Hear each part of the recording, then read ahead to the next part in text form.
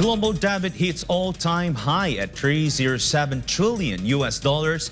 Meanwhile, UK inflation unexpectedly dropped to 6.7%, raising questions about Bank of England's interest rate plans. Sigrid Castañeda filed this report.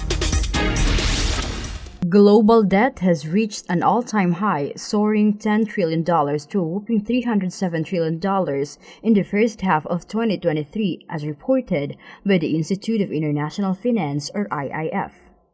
This is a shocking 50% increase compared to a decade ago.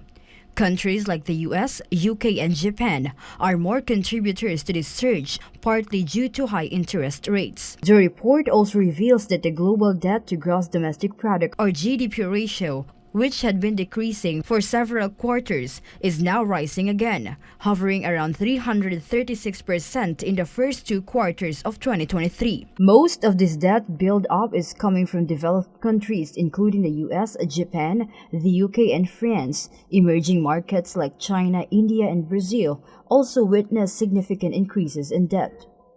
The IIF expresses concern about the alarming levels of government debt in many emerging markets. However, it mentions that the consumer debt in developed markets is manageable, which means central banks may have room to tighten monetary policies if inflation remains a concern. In a separate economic development, the United Kingdom experienced an unexpected drop in inflation, with the rate falling to 6.7% in August.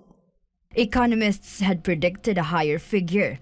Factors such as lower food prices and fluctuations in accommodation service costs contributed to this surprising decline.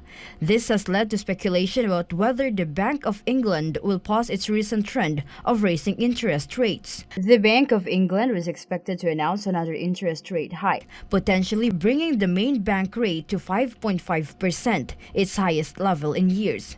However, following the unexpected drop in inflation, market sentiment shifted, with the likelihood of a rate hike pause increasing from 20% to nearly 50%. These economic developments are closely watched by financial markets and policymakers. The Bank of England's upcoming monetary policy decision will be crucial, as it aims to control inflation and meet its 2% target. Reporting this has been Sigrid Castañeda, SMNI News.